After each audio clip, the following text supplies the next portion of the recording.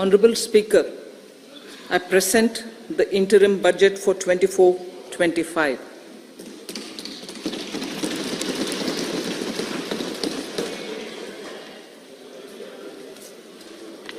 The Indian economy has witnessed profound positive transformation in the last 10 years. The people of India are looking ahead to the future with hope and optimism. With the blessings of the people, when our government, under the visionary and dynamic leadership of Honourable Prime Minister Shri Narendra Modi, assumed office in 2014, the country was facing enormous challenges. With Sabka Saath, Sabka Vikas as its mantra, the government overcame those challenges in right earnest. Structural reforms were undertaken. Pro-people programs were formulated and implemented promptly. Conditions were created for more opportunities for employment and entrepreneurship. The economy got a new vigor. The fruits of development started reaching the people at scale. The country got a new sense of purpose and hope. Naturally, the people blessed the government with a bigger mandate. In the second term, our government, under the leadership of Honourable Prime Minister, doubled down on its responsibilities to build a prosperous country with comprehensive development of all people and all regions. Our government strengthened its mantra to Sabka Saath, Sabka Vikas and Sabka Vishwas. Our development philosophy covered all elements of inclusivity, namely social inclusivity through coverage of all strata of the society, and geographical inclusivity through development of all regions of the country. With the whole of nation approach of Sabka Prayas, the country overcame the challenges of once-in-a-century pandemic, took long strides towards Atmanirbhar Bharat, committed to Panch Pran, and laid solid foundations for the Amrit Kal. As a result, our young country has high aspirations, pride in its present, and hope and confidence for a bright future. We expect that our government, based on its stupendous work, will be blessed again by the people with a resounding mandate. Inclusive development and growth. Our humane and inclusive approach to development is a marked and deliberate departure from the earlier approach of provisioning up to village level. Development programs were thus provisioned. In the last 10 years, however, have targeted each and every household and individual through housing for all, Har Ghar Jal, electricity for all, cooking gas for all, bank accounts and financial services for all in record time. The worries about food have been eliminated through free ration for 80 crore people. Minimum support prices for the produce of Annadata are periodically increased appropriately. These and the provision of basic necessities have enhanced real income in the rural areas. Their economic needs could be addressed, thus spurring growth and generating jobs. Social justice. Our government is working with an approach to development that is all-round, all-pervasive, and all-inclusive. Sarvangin, Sarvasparshi, or Sarvasamaveshi. It covers all castes and people at all levels. We are working to make India a Vikasit Bharat by 2047. For achieving that goal, we need to improve people's capability and empower them. Previously, social justice was mostly a political slogan. For our government, social justice is an effective and necessary governance model. The saturation approach of covering all eligible people is the true and comprehensive achievement of social justice. This is secularism in action, reduces corruption, and prevents nepotism, prevents Bhai Bhatijawad. There is transparency and assurance that benefits are delivered to all eligible people. The resources are distributed fairly. All, regardless of their social standing, get access to opportunities. We are addressing systemic inequalities that had plagued our society. We focus on outcomes and not on outlays, so that the social-economic transformation is achieved. As our Prime Minister firmly believes, we need to focus on 4 major castes. They are Garib, Mahilayein, Yuva, and Annadata. Their needs, their aspirations, and their welfare are our highest priority. The country progresses when they progress. All 4 require and receive government support in their quest to better their lives. Their empowerment and well-being will drive the country forward. Garib Kalyan, Desh Ka Kalyan. We believe in empowering the poor. The earlier approach of tackling poverty through entitlements had resulted in very modest outcomes. When the poor became empowered partners in the development process, government's power to assist them also increases manifold. With the pursuit of Sabka Saath, in these 10 years, the government has assisted 25 crore people to get freedom from multi-dimensional poverty. Our government's efforts are now getting synergized with energy and passion of such empowered people.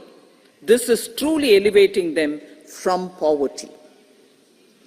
Direct benefit transfer of 34 lakh crore rupees from the government using PM Jan Dhan accounts has led to savings of 2.7 lakh crores of rupees for the government.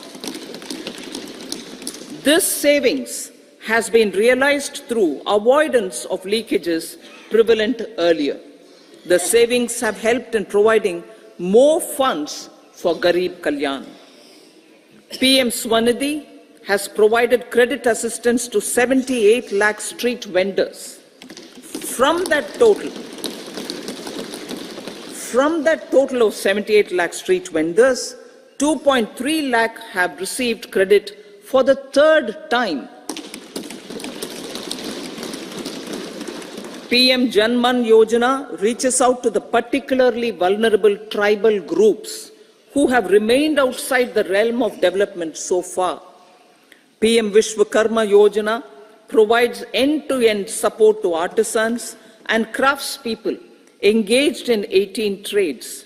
The schemes for empowerment of Divyangs and transgender persons reflect firm resolve of our government to leave no one behind. Welfare of Annadata. Farmers are our Annadata. Every year under PM Kisan Samman Yojana, direct financial assistance is provided to 11.8 crore farmers, including marginal and small farmers. Crop insurance is given to 4 crore farmers under PM Fasal Bima Yojana. These, besides several other programs, are assisting Annadata in producing food for the country and for the world. Electronic National Agricultural Market has integrated 1,361 mandis and is providing services to 1.8 crore farmers with trading volume of 3 lakh crores of rupees. The sector is poised for inclusive, balanced, higher growth and productivity. These are facilitated from farmer-centric policies, income support, coverage of risks through price and insurance support, promotion of technologies and innovations through startups. Empowering the Amrit PD, the Yuva. Our prosperity depends on adequately equipping and empowering the youth. The National Education Policy 2020 is ushering the transformational reforms. PM Schools for Rising India, PM Shri, are delivering quality teaching and nurturing holistic and well-rounded individuals.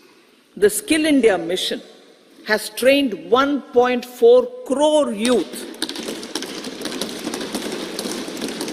upskilled and reskilled 54 lakh youth, and established 3,000 new ITIs.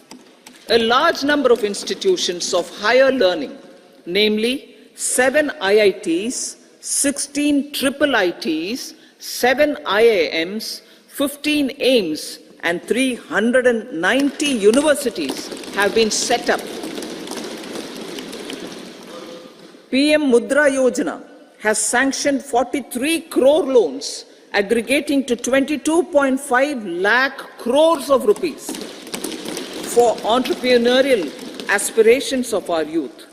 Besides that, Fund of Funds, Startup India, and Startup Credit Guarantee schemes are assisting our youth. They are also becoming Rozgar Data. The country is proud of our youth scaling new heights in sports. The highest ever medal tally in Asian Games and Asian Para Games in 2023 reflects a high confidence level.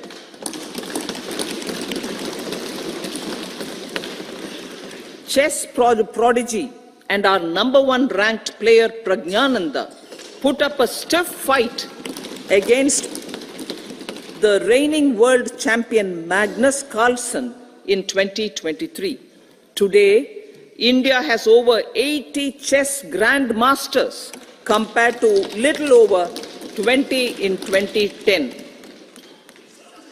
Momentum for Nari Shakti. The empowerment of women through entrepreneurship, ease of living, and dignity for them has gained momentum in these 10 years.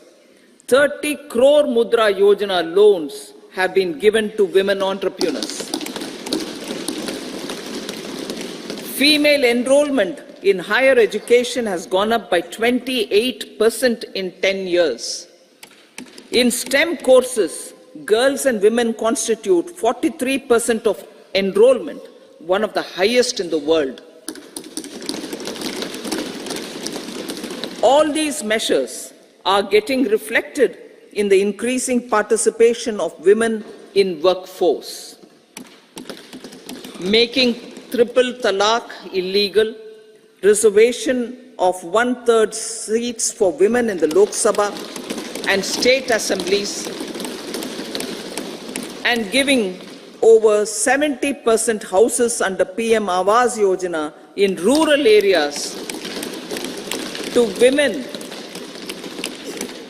and giving over 70% houses under PM Awas Yojana in rural areas to women as sole or joint owners have enhanced their dignity. Exemplary track record of governance, development and performance. Besides delivering on high growth in terms of gross domestic product, the government is equally focused on a more comprehensive GDP, that is, governance, development and performance.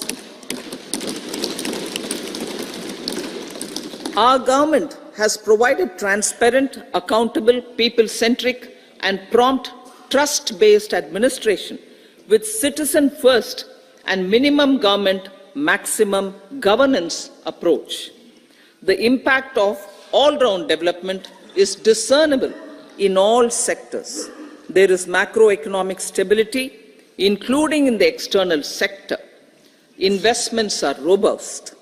The economy is doing well. People are living better and earning better, with even greater aspirations for future. Average real income of the people has increased by 50%. Inflation is moderate.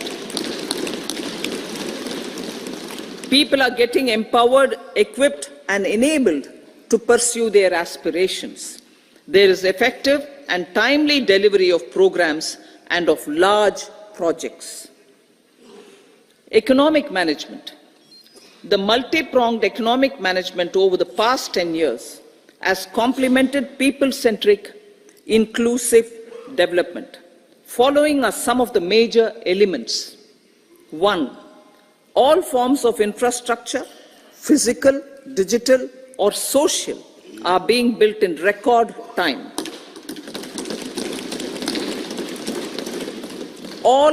Number 2, all parts of the country are becoming active participants in economic growth. Number 3, digital public infrastructure, a new factor of production as if in the 21st century, is instrumental in formalization of the economy. Number 4, goods and services tax has enabled one nation, one market, one tax. Tax reforms have led to deepening and widening of tax base. Number 5, strengthening of the financial sector has helped in making savings, credit, and investments more efficient. Number 6, GIFT, IFSC, and the Unified Regulatory Authority, IFSCA, are creating a robust gateway for global capital and financial services for the economy. Number 7, proactive inflation management has helped keep inflation within the policy band. Now, the global context, Honorable Speaker, sir. Geopolitically, global affairs are becoming more complex and challenging with wars and conflicts. Globalization is being redefined with reshoring and friendshoring, disruption and fragmentation of supply chains, and competition for critical minerals and technologies. A new world order is emerging after the COVID pandemic. India assumed the G20 presidency during very difficult times for the world. The global economy was going through high inflation, high interest rates, low growth, very high public debt, low trade growth, and climate changes. The pandemic has led to a crisis of food, fertilizer, fuel, and finances for the world, while India successfully navigated its way. The country showed the way forward and built consensus on solutions for those global problems. The recently announced India-Middle East-Europe economic corridor is a strategic and economic game changer for India and others. In the words of Honorable Prime Minister, the corridor, and I quote, will become the basis of world trade for hundreds of years to come, and history will remember that this corridor was initiated on Indian soil. Unquote. Vision for Viksit Bharat. Our vision for Viksit Bharat is that of prosperous Bharat in harmony with nature, with modern infrastructure, and providing opportunities for all citizens and all regions to reach their potential. With confidence arising from strong and exemplary track record of performance and progress, earning Sabka Vishwas, the next 5 years will be years of unprecedented development and golden moments to realize the dream of developed India by 2047. The trinity of demography, democracy, and diversity, backed by Sabka Prayas, has the potential to fulfill aspirations of every Indian. As Honorable Prime Minister in his Independence Day address to the nation mentioned, I quote, "There is no dearth of opportunities, as many opportunities as we want. The country is capable of creating more opportunities. Sky is the limit," unquote. Strategy for Amrit Kal. Our government will adopt economic policies that foster and sustain growth, facilitate inclusive and sustainable development, improve productivity, create opportunities for all, help them enhance their capabilities, and contribute to generation of resources to power investments and fulfill aspirations. Guided by the principle, reform, perform, and transform, the government will take up next generation reforms and build consensus with the states and stakeholders for effective implementation. It is an important policy priority for our government to ensure timely and adequate finances, relevant technologies, and appropriate training for the micro, small, and medium enterprises, MSMEs, to grow and also compete globally. Orienting the regulatory environment to facilitate their growth will be an important element of this policy mix. Aligning with the Panchamrit goals, our government will facilitate sustaining high and more resource-efficient economic growth. This will work towards energy security in terms of availability, accessibility, and affordability. For meeting the investment needs, our government will prepare the financial sector in terms of size, capacity, skills, and regulatory framework. Aspirational Districts Program. Our government stands ready to assist the states in faster development of aspirational districts and blocks, including generation of ample economic opportunities. Development of the East. Our government will pay utmost attention to make the eastern region and its people a powerful driver of India's growth. PM Awas Yojana Gramin. Despite the challenges due to COVID, implementation of PM Awas Yojana Gramin continued, and we are close to achieving the target of 3 crore houses. 2 crore more houses will be taken up in the next 5 years to meet the requirement arising from increase in the number of families. Rooftop solarization and Muft Bijli. Through rooftop solarization, 1 crore households will be enabled to obtain up to 300 units free electricity every month. This scheme follows the resolve of Honorable Prime Minister on the historic day of consecration of Sri Ram Mandir in Ayodhya. Following benefits are expected. Savings up to 15 to 18,000 rupees annually for households from free solar electricity and selling the surplus to the distribution companies.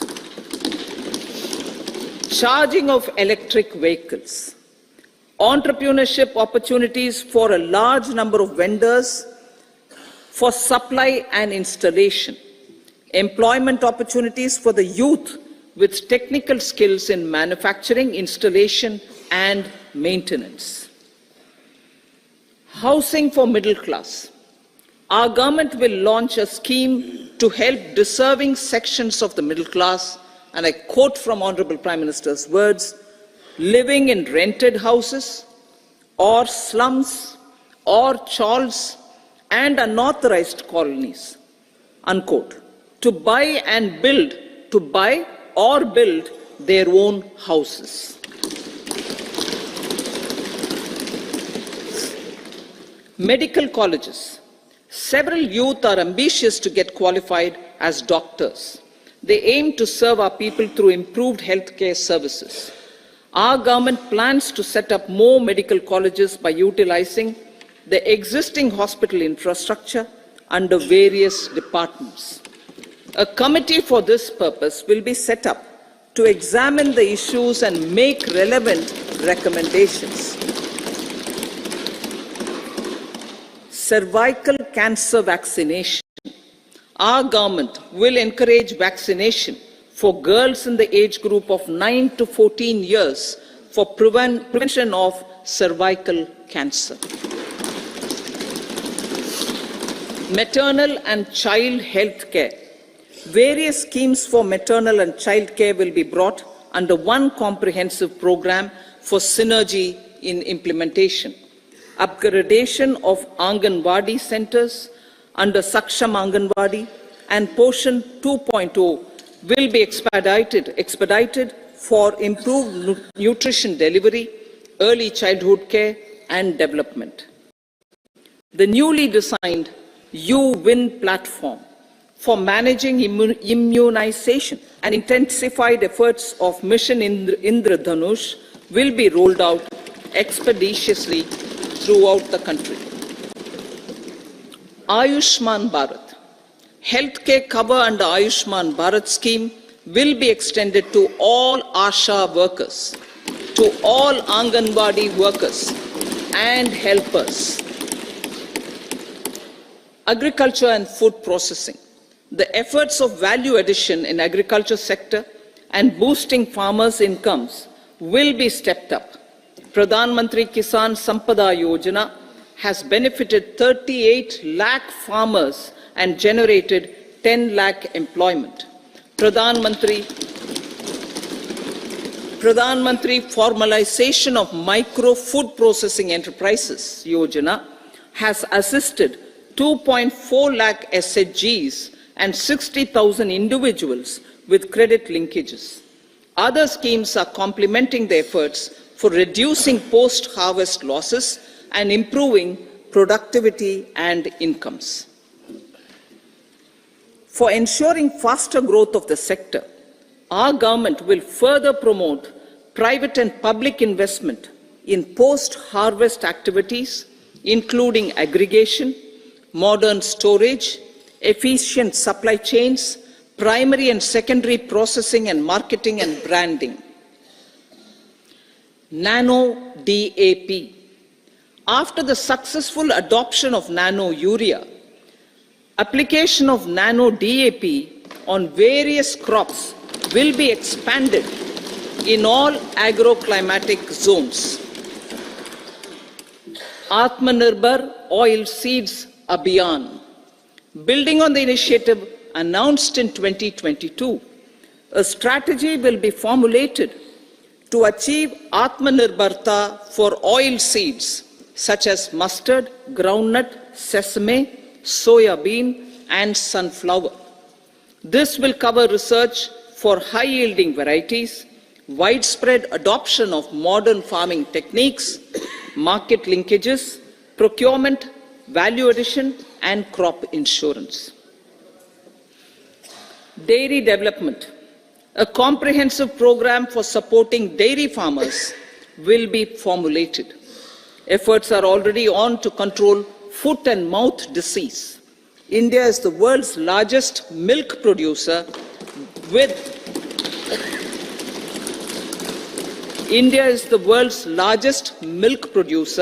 but with low productivity of milch animals. The program will be built on the success of existing schemes such as Rashtriya Gokul Mission, National Livestock Mission, and infrastructure development funds for dairy processing and animal husbandry. Matsya Sampada. It was our government which set up a separate department for fisheries, realizing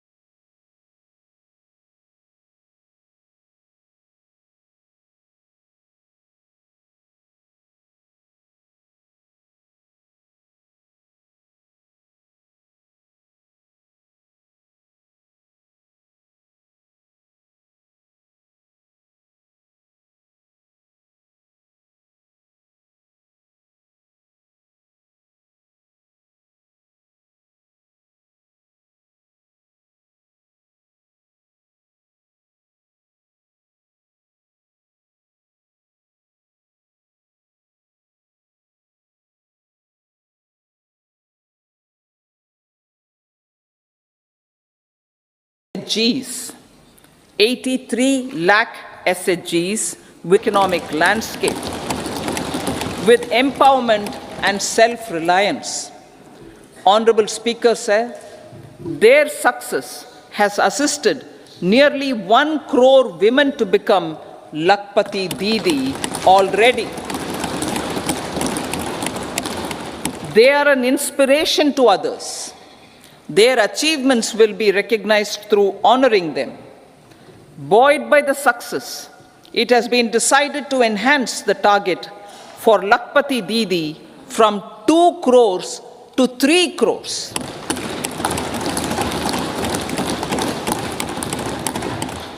Technological changes, new age technologies and data are changing the lives of people and businesses.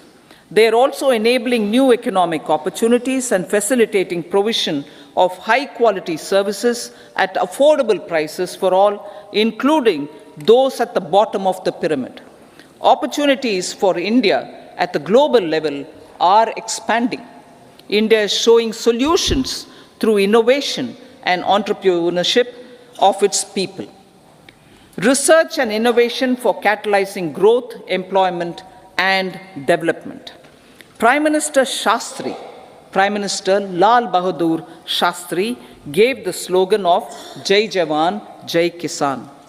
Prime Minister Vajpayee, Atal Bihari Vajpayee ji, made that Jai Jawan, Jai Kisan, Jai Vigyan.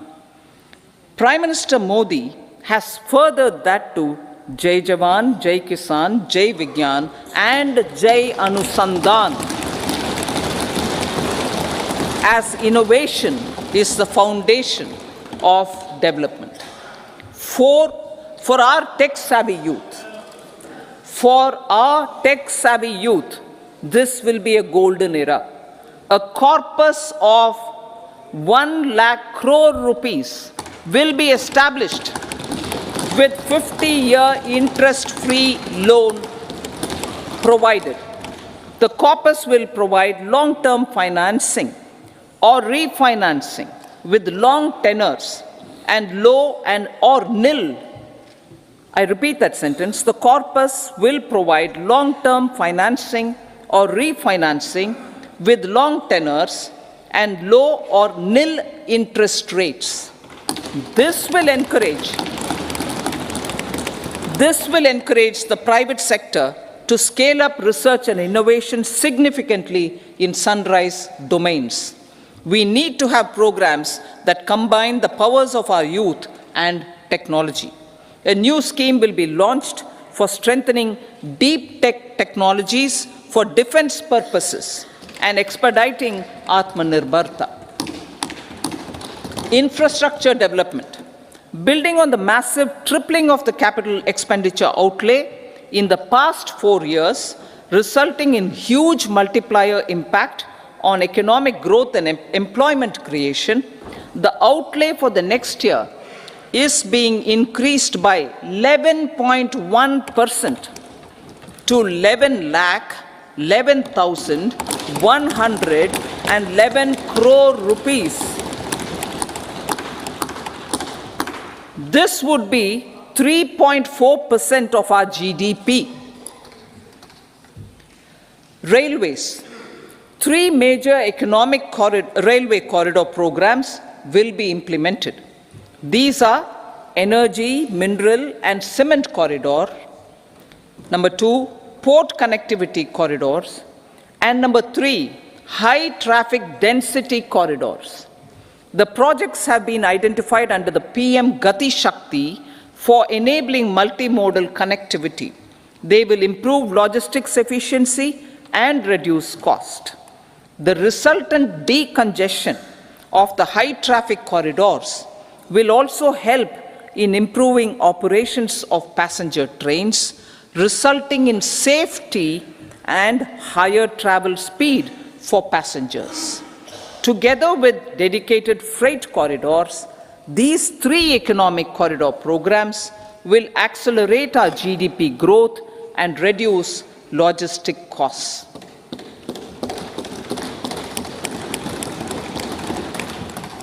40,000 normal rail bogies will be converted to Vande Bharat standards to enhance safety, convenience, and comfort of passengers. Aviation sector. The aviation sector has been galvanized in the past 10 years. Number of airports have doubled to 149. Rollout of air connectivity to Tier 2 and Tier 3 cities under UDAN scheme has been widespread. 517 new routes are carrying 1.3 crore passengers. Indian carriers have proactively placed orders for over 1,000 new aircrafts. Expansion of existing airports and development of new airports will continue expeditiously. Metro and Namo Bharat. We have a fast expanding middle class and rapid urbanization is taking place. Metro rail and Namo Bharat can be the catalyst for the required urban transformation. Expansion of these systems will be supported in large cities, focusing on transit-oriented development. Green energy. Towards meeting our commitment for net zero by 2070, the following measures will be taken. Viability gap funding will be provided for harnessing offshore wind energy potential for initial capacity of 1 gigawatt. Coal gasification and liquefaction capacity of 100 metric tons will be set up by 2030. This will also help in reducing imports of natural gas, methanol, and ammonia. Phased mandatory blending of compressed biogas in compressed natural gas for transport and piped natural gas for domestic purposes will be mandated.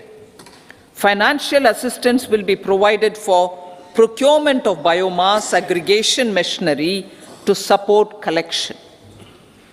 Electric vehicle ecosystem.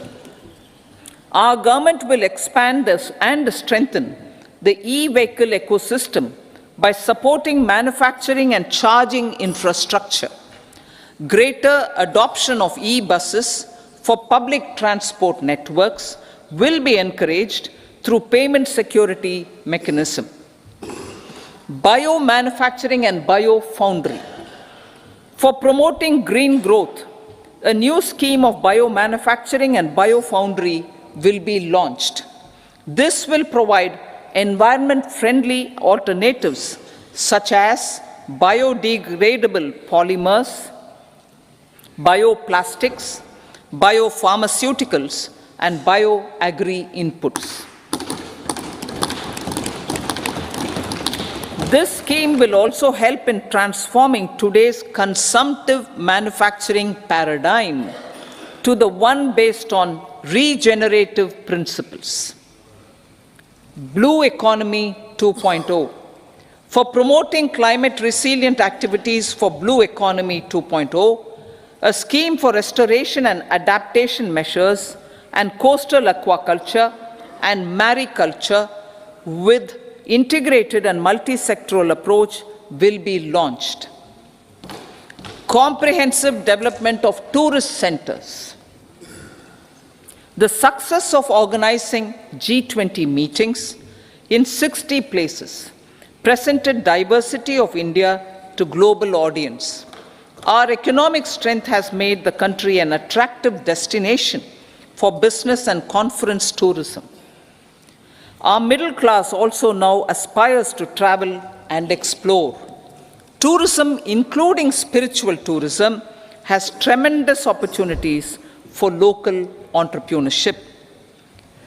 States will be encouraged to take up comprehensive development of iconic tourist centers, branding and marketing them at global scale. A framework for rating of the centers based on quality of facilities and services will be established. Long-term interest-free loans will be provided to states for financing such development on matching basis.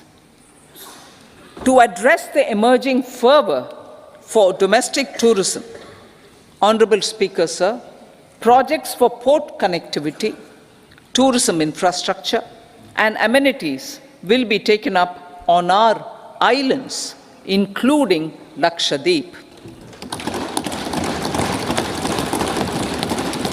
This will help in generating employment also. Promoting investments. The FDI inflow during 2014 to 23 was $596 billion US, marking a golden era. That is twice the inflow during 2005 to 14. For encouraging sustained foreign investment, we are negotiating bilateral investment treaties with our foreign partners in the spirit of First Develop India.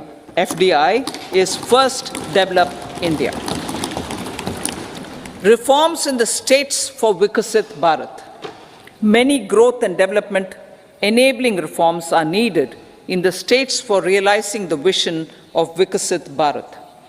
A provision of 75,000 crore rupees as 50-year interest-free loan is proposed this year to support those milestone-linked reforms by the state governments.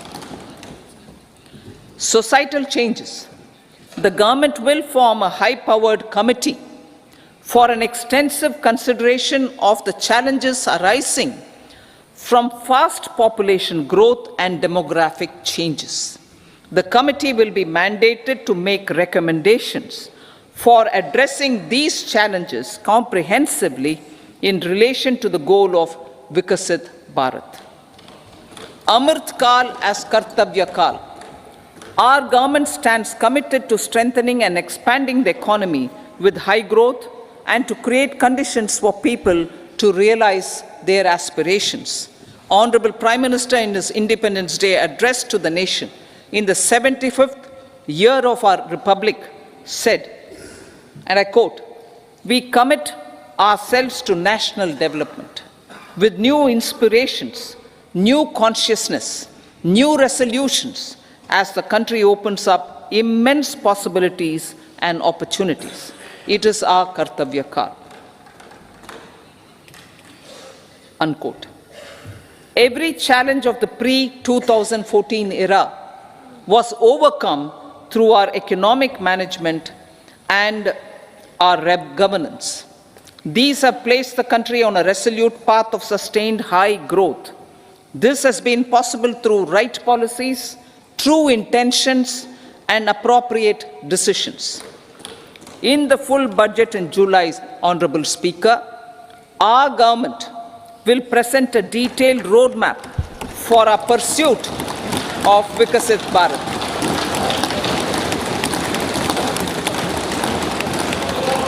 Revised estimates. Revised estimates of 2023-24. The revised estimate of the total receipts other than borrowings is 27.56 lakh crores of rupees, of which the tax receipts are 23.24 lakh crore rupees. The revised estimate of total expenditure is 44.90 lakh crore rupees. The revenue receipts at 30.03 lakh crore rupees are expected to be higher than the budget estimate, reflecting strong growth momentum and formalization in the economy. The revised estimate of the fiscal deficit is 5.8% of GDP, improving on the budget estimate, notwithstanding moderation in the nominal growth estimates. Budget estimates for 2024-25. Coming to the year 2024-25, the total receipts other than borrowings and total expenditure are estimated at 30.80 and 47.66 lakh crore rupees respectively. The tax receipts are estimated at 26.02 lakh crore rupees. The scheme of 50-year interest-free loan for capital expenditure to states will be continued this year with an outlay of 1.3 lakh crore rupees. We continue on the path of fiscal consolidation, as announced in my budget speech of 2021-22, to reduce fiscal deficit below 4.5% by 25-26. The fiscal deficit in 2024-25 is estimated to be 5.1% of GDP, adhering to that path. So the gross and net market borrowings through dated securities during 24-25 are estimated at 14.13 lakh crore rupees and 11.75 lakh crore respectively. Both will be less than that in 23-24. Now that the private investments are happening at scale, the lower borrowings by the central government will facilitate larger availability of credit for the private sector. Vote on account.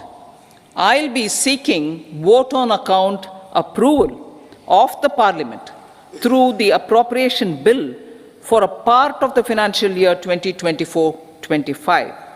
I will now move to Part B. Honourable Speaker, sir, over the last 10 years, the direct tax collections have more than trebled and the return filers swelled 2.4 times. I would like to assure the taxpayers that their contributions have been used wisely for the development of the country and welfare of its people. I appreciate the taxpayers for their continued support. The government has reduced and rationalized tax rates. Under the new tax scheme, there is now no tax liability for taxpayers with income up to 7 lakh rupees, up from 2.2 lakh rupees in the financial year 2013-14. The threshold for presumptive taxation for retail businesses was increased from 2 crores to 3 crores. Similarly, the threshold for professionals eligible for presumptive taxation was increased from 50 lakh rupees to 75 lakh rupees. Also, corporate tax rate was decreased from 30% to 22% for existing domestic companies and to 15% for certain new manufacturing companies. Honourable Speaker, sir, in the last 5 years, our focus has been to improve taxpayer services. The age-old jurisdiction-based assessment system was transformed with the introduction of faceless assessment and appeal, thereby imparting greater efficiency, transparency, and accountability. Introduction of updated income tax returns, a new Form 26AS, and pre-filling of tax returns have made filing of tax returns simpler and easier. Average processing time of returns has been reduced from 93 days in the year 2013-14 to a mere 10 days this year, thereby making refunds faster. Indirect taxation. By unifying the highly fragmented indirect tax regime in India, the GST has reduced the compliance burden on trade and industry. The industry has acknowledged the benefits of GST. According to a recent survey conducted by a leading consulting firm, 94% of industry leaders view the transition to GST as largely positive. According to 80% of the respondents, it has led to supply chain optimization, as elimination of tax arbitrage and octroi has resulted in disbanding of checkposts at the state and city boundaries. At the same time, tax base of GST more than doubled and the average monthly gross GST collection has almost doubled to 1.66 lakh crores this year. States too have benefited. States' SGST revenue, including compensation released to states in the post-GST period of 2017-18 to 2022-23, has achieved a buoyancy of 1.22. In contrast, the tax buoyancy of state revenues from subsumed taxes in the pre-GST four-year period of 2012-13 to 2015-16 was a mere 0.72. The biggest beneficiaries are consumers, as reduction in logistic cost and taxes have brought down prices of most goods and services. We have taken a number of steps in customs to facilitate international trade. As a result, the import release time declined by 47% to 71 hours at inland container depots, by 28% to 44 hours at air cargo complexes, and by 27% to 85 hours at seaports over the last 4 years since 2019, when the national time release studies were first started. Tax proposals. As for tax proposals, in keeping with the convention, I do not propose to make any changes relating to taxation and propose to retain the same tax rates for direct and indirect taxes, including import duties.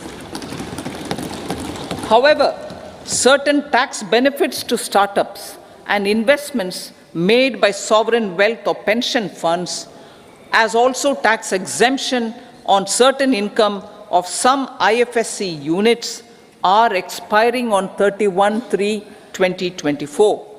To provide continuity in taxation, I propose to extend the date to 31/3/2025. Moreover, in line with our government's vision to improve ease of living and ease of doing business, I wish to make an announcement to improve taxpayers' services. There are a large number of petty, non-verified, non-reconciled, or disputed direct tax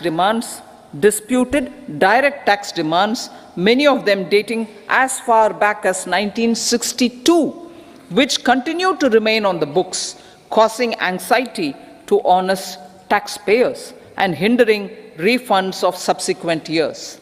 Honorable Speaker, sir, I propose to withdraw such outstanding direct tax demands up to 25,000 rupees pertaining to the period up to financial year 2009-10 and up to 10,000 rupees for financial years 2010-11 to 2014-15. This is expected to benefit about 1 crore taxpayers. 1 crore taxpayers would benefit out of this. Economy then and now. In 2014, when our government assumed the reins, the responsibility to mend the economy step by step and to put the governance systems in order was enormous. The need of the hour was to give hope to the people, to attract investments, and to build support for the much-needed reforms. The government did that successfully, following a strong belief of nation first. The crisis of those years has been overcome, and the economy has been put firmly on a high, sustainable growth path with all-round development. It is now appropriate to look at where we were then. I repeat, it is now appropriate to look at where we were then till 2014 and where we are now, only for the purpose of drawing lessons from the mismanagement of those years. The government will lay a white paper on table of the House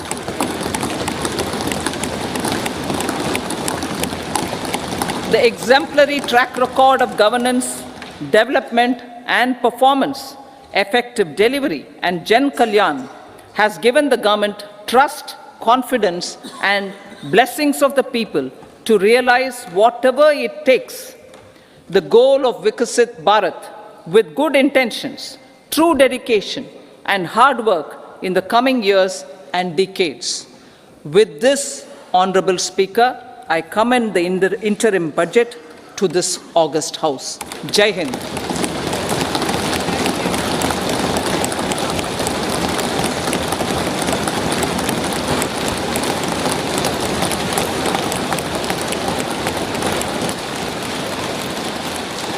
item number 2 Shrimati Nirmala Sitharaman ji.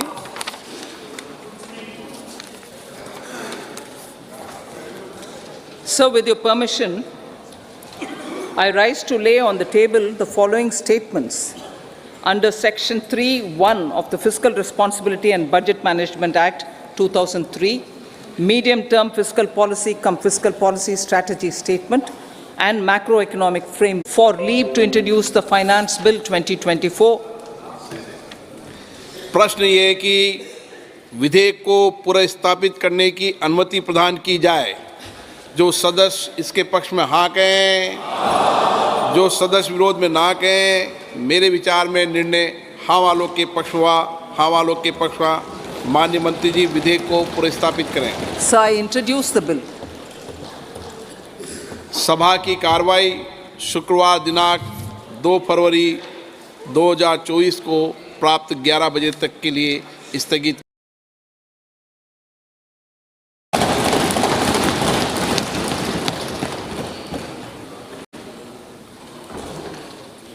Honorable Speaker, I present the interim budget for 24-25.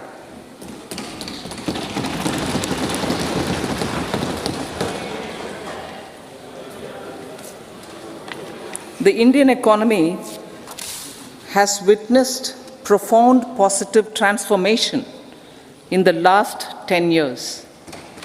The people of India are looking ahead to the future with hope and optimism. With the blessings of the people, when our government under the visionary and dynamic leadership of Honorable Prime Minister Shri Narendra Modi assumed office in 2014, the country was facing enormous challenges. With Sabka Saath, Sabka Vikas as its mantra, the government overcame those challenges in right earnest. Structural reforms were undertaken.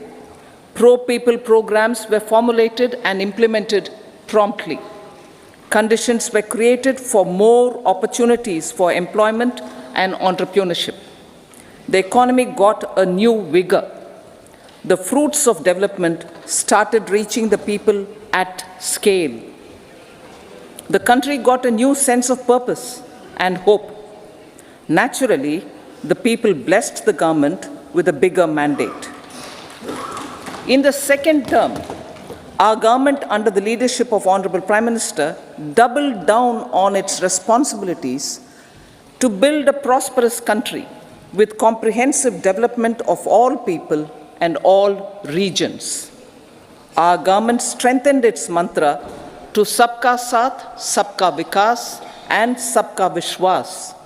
Our development philosophy covered all elements of inclusivity, namely social inclusivity through coverage of all strata of the society, and geographical inclusivity through development of all regions of the country.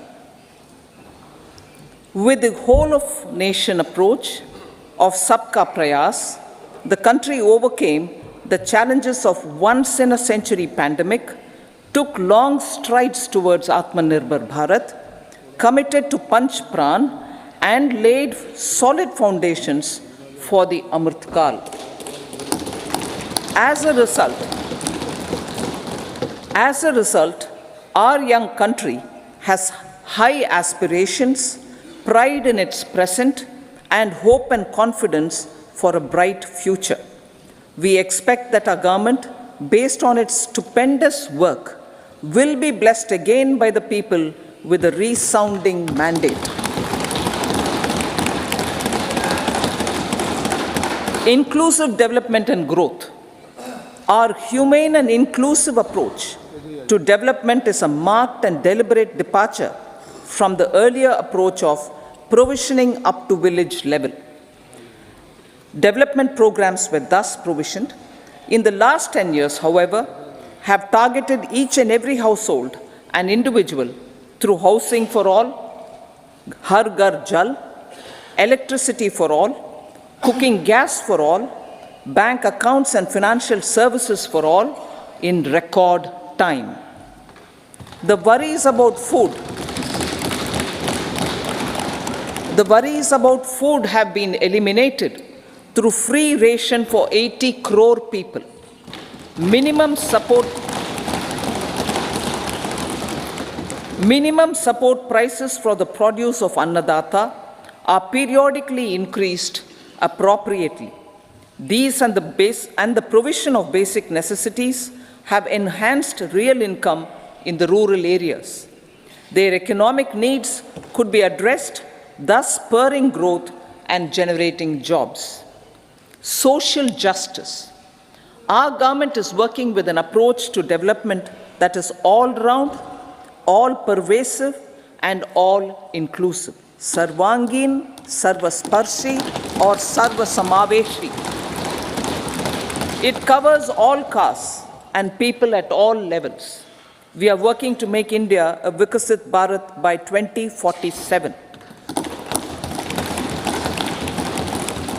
For achieving that goal, we need to improve people's capability and empower them. Previously, social justice was mostly a political slogan. For our government, social justice is an effective and necessary governance model. The saturation approach of covering all eligible people is the true and comprehensive achievement of social justice. This is secularism in action, reduces corruption, and prevents nepotism, prevents Bhai Bhatijawad. There is transparency and assurance that benefits are delivered to all eligible people. The resources are distributed fairly. All, regardless of their social standing, get access to opportunities. We are addressing systemic inequalities that had plagued our society. We focus on outcomes and not on outlays so that the social economic transformation is achieved. As our Prime Minister firmly believes, we need to focus on 4 major castes. They are Garib, Mahilaye, Yuva, and Annadata. Their needs, their aspirations, and their welfare are our highest priority. The country progresses when they progress. All 4 require and receive government support in their quest to better their lives. Their empowerment and well-being will drive the country forward. Garib Kalyan, Desh Ka Kalyan. We believe in empowering the poor. The earlier approach of tackling poverty through entitlements had resulted in very modest outcomes. When the poor became empowered partners in the development process, government's power to assist them also increases manifold. With the pursuit of Sabka Saath, in these 10 years, the government has assisted 25 crore people to get freedom from multi-dimensional poverty. Our government's efforts are now getting synergized with energy and passion of such empowered people. This is truly elevating them from poverty. Direct benefit transfer of 34 lakh crore rupees from the government using PM Jan Dhan accounts